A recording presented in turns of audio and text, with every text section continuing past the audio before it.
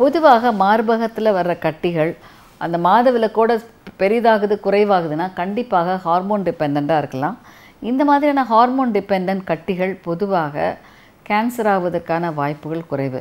Fibro அடினோசிஸ் அப்படின்னு சொல்லுவோம். இது இந்த மாதிரி இருக்க பெண்களுக்கு தான் பார்த்திங்கன்னா கரெக்டாக பீரியட்ஸ் வருவதற்கு முன்னும் மார்பில் சில ஒரு அங்கங்கே கட்டி கட்டியாக இருக்க மாதிரி இருக்கும். பீரியட்ஸ் வந்த உடனே மார்பகம் சாஃப்டாகிடும். ஸோ இவை அனைத்தும் கண்டிப்பாக பார்க்க வேண்டிய விஷயம், கவலைப்பட வேண்டிய விஷயம் இல்லை. பட் இதுவே ஒரு பெண்ணுக்கு ரொம்ப அதிகமான வலியோடையோ இல்லை அதிகமான வீக்கத்தோடு இருந்தால் கண்டிப்பாக ஒரு மேமோகிராம் எடுத்து பார்த்து கொள்வது மிக மிக முக்கியமான ஒன்றாகும். ஸோ எந்த விதத்திலும் மார்பக புற்றுநோய் இப்படி தான் வரும் அப்படின்ற ஸ்பெசிஃபிக் ரீசன்ஸ் கிடையாது. எந்த பெண்களுக்கும் இது வரலாம், எப்படியானாலும் வரலாம்.